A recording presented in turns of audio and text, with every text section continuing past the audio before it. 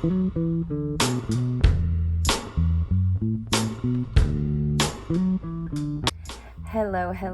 Welcome to my YouTube channel. If you're new here, my name is Kyra. I'm a certified personal trainer, and here I talk about all things health, wellness, fitness. I'm a hybrid athlete, so that means I post a lot of running content, a lot of strength training content, and just basically helping you guys and answering your questions about tips and tricks that have helped me along my fitness journey. Because my content is free to you, it would really help me out if you subscribed, number one, but if you could like this video and leave a comment. Tell me your favorite donut type and why. I have been thinking about donuts this week. For those who don't know, donuts are one of my favorite treats of all time. I'll start us off. My favorite, I have to go chocolate frosted with sprinkles. Like, I will not eat a donut if it doesn't have frosting or sprinkles on it, because I think the crunch of the sprinkles just elevates the donut experience, in my very humble opinion. But let me know what your favorite donut type is below, and thank you so much for being here. And again, your likes really help me out. It tells YouTube, like, hey, this is a cool video and she's getting a lot of likes. Let's show this to the next round of people. So it would really help me out. So without further ado, here are the top 5 reasons why you're not seeing results when it comes to your fitness goals. So let's go way back 7 years ago when I personally just started my fitness journey. Here's the number 1 mistake I made. Ready? You eat back your calories that you burned off. I used to do this all the time. 7 years ago, when I just began my fitness journey, I used to constantly check the little calories tab on my fitness tracker, right? I don't know if you have an Apple Watch or a Garmin watch or a Fitbit, whatever you use to track your activity throughout the day. I want you to try to stay away from obsessing over the calories burned. I would go on a 3-mile run. My watch would tell me that I burned 300 calories. So in my mind, I was like, great, I can eat 300 calories extra throughout the day. And I was like, okay, I can get this mocha sugary chocolate latte thing from Starbucks, no problem, because I ran 3 miles, right? But in reality, that was keeping me at a plateau. I wasn't hitting my fitness goals. I wasn't seeing the fat loss that I wanted to see. I was constantly eating back those calories. So I know it's important to check your calories so that you can see kind of where your calories are out at through the day, but I want you to be mindful. I don't want you to get into that toxic headspace of like constantly checking it or seeing, that you burned XYZ amount of calories to then eat those back. Don't get me wrong, I'm not saying you can't go out and have a beer on the weekend with your friends or have a cocktail or have, a donut as a treat. I'm not saying that. As long as it's fitting in your calorie deficit, I am so pro eat whatever you want. And I'm talking specifically about fat loss, because if you're wanting to lose fat, you need to be in a calorie deficit, right? As long as whatever you're eating, as long as it's fitting into your calorie deficit, good to go. But I don't want you guys to see, hey, I burned 400 calories and think that gives you cushion room to eat 400 calories back, right? Because then you're just stuck in a plateau. And I made that mistake when I first started. And so I want you guys to be mindful of that and definitely don't make the same mistake that I did. So the second reason that you're not seeing success is you're not accurately tracking your calories. A lot of people on my Instagram are constantly asking me, do you track your macros? Do you weigh things out? And the answer is yes. I absolutely weigh things out. The only time I do not weigh my food is when I'm eating out. If I'm at a restaurant, it's nearly impossible to estimate how many calories you're eating because I didn't prepare it. So I don't know if the cook used butter. I don't know if the cook used olive oil, right? So I just loosely estimate those calories when I'm eating out. But when I'm in control and I'm the one prepping my food or meal prepping, I absolutely weigh everything out. And the biggest mistake that I see my clients making is they're tracking their calories, but it's not accurate. They're eating a whole cup of ranch, which adds 200 to 300 calories to their meal, and they're forgetting to add that. And those little things add up. When you get caramel sauce in your coffee, when you get ranch or ketchup as a side dish, when you get a salad dressing and you're just loosely shaking it on your salad. And most of the time, I'm not saying everybody, but most of the time, people are underestimating how many calories they're consuming. Try to weigh everything out. And again, you don't have to be obsessive when it comes to weighing everything out. I'm not saying like a piece of lettuce leaf, a piece of here. I just want you to get a loose idea of calories so that you start to learn and it becomes second nature. Tracking your food is simply a tool to help you better understand the calorie content of foods and the types of things that you're putting into your body and the nutritional value there, okay? Back when I first started my fitness journey, I would always drink my morning coffee. And back in the day, I used to use like a heavy creamer, and I would just like burp, burp, burp, burp, burp, so much creamer in my coffee.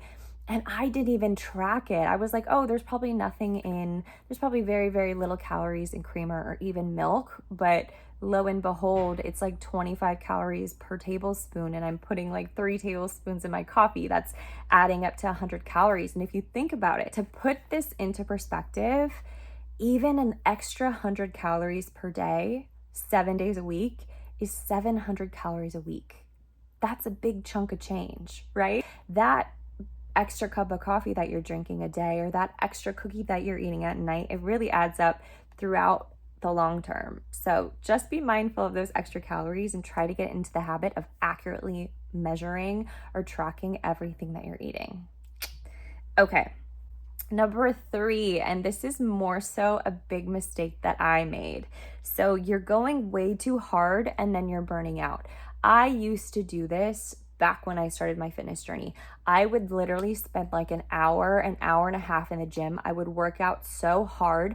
I would work out so much to the point where like I could barely move the next day and I was so sore. And then I would have to take a rest day, a forced rest day, because I would be so sore.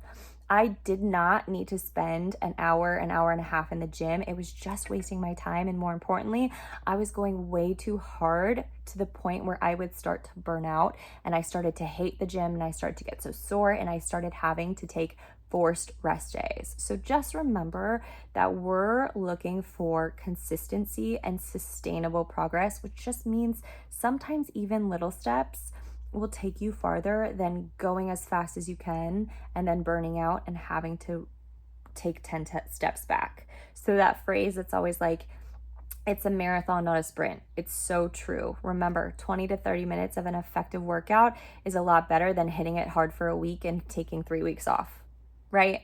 So definitely relax, take a deep breath, patience. Patience is the name of the game here. I know it can seem very frustrating. I wish I could just snap my fingers and hit my fitness goals too, but unfortunately that's not reality. And to hit our goals, we need to be patient and consistent and really just slow and steady. Slow and steady wins the race. Okay. The 4th one, I love this, and this may upset a couple people, and that is not my intention. I hope you don't feel offended by this, but as a personal trainer, I've worked with hundreds of clients, and this is something that I see a lot, okay? The 4th one is you're making excuses. Some common excuses I hear, okay? I often hear, oh, but I don't have the time. I'm a busy mom. I work 9 to 7. By the time I get home, I'm too exhausted. You know, the time. I constantly hear that people don't have time. And I know you're busy. We're all busy. We all have so many things to do, and life is hard. But you have 20 to 30 minutes to either wake up half an hour earlier, do a quick workout at home. You have 20 minutes on your lunch break to, eat your lunch really quickly and then go for a walk. There's no excuse for making the time, okay? If you wanted to, you would. And having that, I don't have time, is an excuse, because I actually know busy moms with like 3 kids who are meal prepping, sending their kids off to school. They're driving here, they're going to CrossFit. Try not to use these excuses. Another excuse that I hear all the time is, I'll do it tomorrow. We've all heard that, right? I'll do it tomorrow. I should have gone for a run today, but I'll do it tomorrow, right? So my favorite quote of all time is, this is gonna blow your mind. The best time to start something was 10 years ago. The next best time to start something is today. And I love this quote so much because it's so true. The second we start putting things off till tomorrow, it's just saying, why not today? Why can't you start today? Why not take that one step forward and make that decision to change your life now. You know, it's so easy to be like, tomorrow, tomorrow, tomorrow. And then at the end of it, 2 years pass by and you're still saying, oh, but I'll do it tomorrow, right? Do it today. Do it now. There's nothing stopping you but yourself. So get out there, lace your shoes up, go for that run today. And again, it doesn't have to be perfect. I'd rather you put your shoes on, you know, with the intention of running 3 miles and then only running a mile and being like, I need to stop. That's better than pushing it off till tomorrow, right? Because at least you got out there. At least you did what you could for the day. Forward progress, no matter the speed, is still progress. So don't keep putting things off. And the 5th reason why you're not seeing results. Are you ready for this? This one's one of my favorite ones. You're waiting on motivation to hit instead of discipline. I'm going to read that one more time.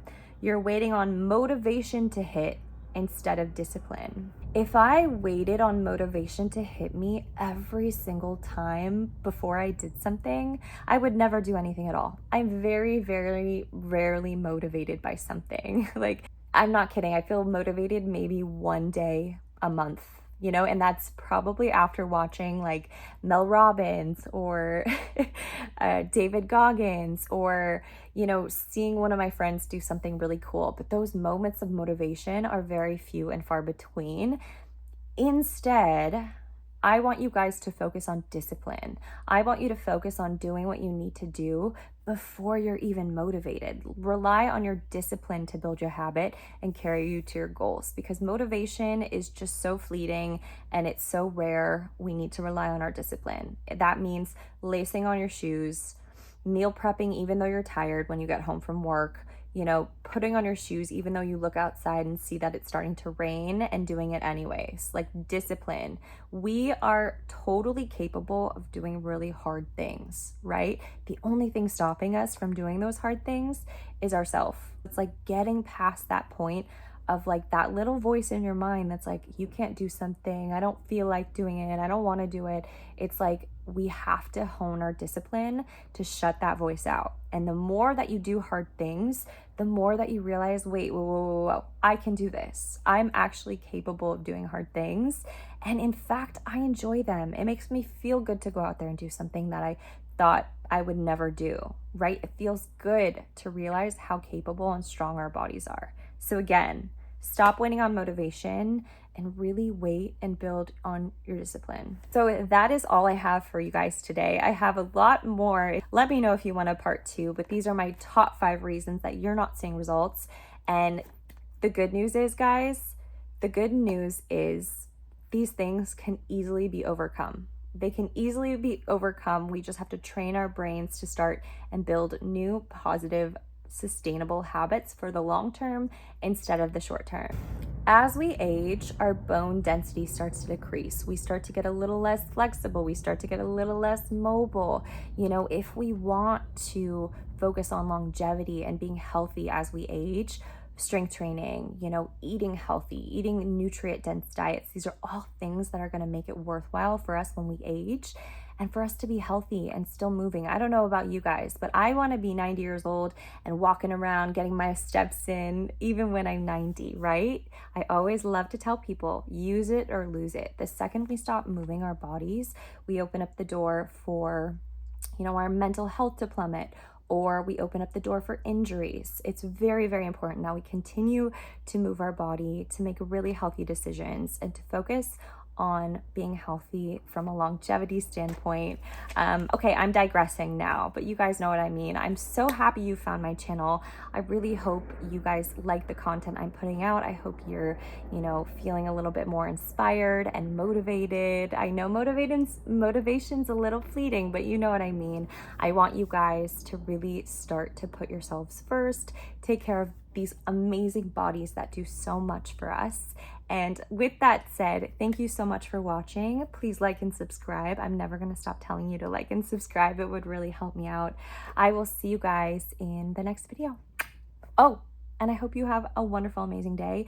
If you watched this whole video, tell me in the comments one thing that you're really grateful for and one win that you're really excited about. Like, what's something that you've done recently that you're really proud of yourself? Because no matter how small wins are worth celebrating. So leave me a comment below. I would love to celebrate some of your wins with you. Okay, see you in the next video.